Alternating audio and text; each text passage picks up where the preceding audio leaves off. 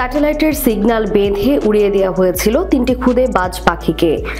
আর আরো অক্লান্তভাবে উড়তে উড়তে ভারত থেকে পৌঁছে গেল সেই সুদূর কেনিয়া। 3 দিক দিয়ে ভারতের 3 বাজ পাখি টানা এতটা পথ পাড়ি দেওয়া তৈরি করলো নতুন রেকর্ড। এও বুঝিয়ে দিল শীতে পরিযায়ী পাখিরা কিভাবে ডানার জোরে মাইলের পর মাইল পথ পেরিয়ে বেড়াতে যায় পৃথিবীর একবারে অন্য প্রান্তে এবং সফর শেষে পথ চিনে ফিরে যায় নিজের ডেরায়। 3 বাজের এই উড়ান দেখে বিস্মিত পক্ষী বিশারদরা। আমুর বাজ পাখি বাজের সমাজে সবচেয়ে ছোট প্রজাতি। এদের মূল বাসস্থান সাইবেরিয়া হলেও ভারতে বেশ কয়েকটি আমুর বাজ পাখি আছে। মণিপুরের 3টি আমুর বাজ আপাংপাং, আলাং, আহুর শরীরে ছোট্ট স্যাটেলাইটের অংশ লাগিয়ে উড়িয়ে দেওয়া হয়েছিল।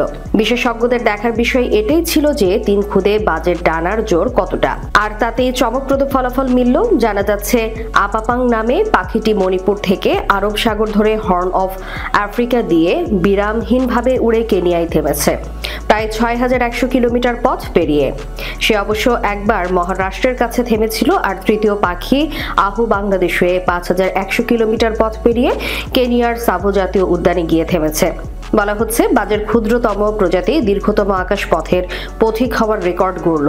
তার মাঝে বেশ কয়েকটি মহাদেশ ছুঁতে ছুঁতে গিয়েছে 3 খেচর। পক্ষী বিশারদদের মতে 3 আমুর বাজের কীর্তি বিশ্বব্যাপী পরিযায়ী পাখিদের ভ্রমণ কাহিনীতে নতুন অধ্যায় যোগ করল।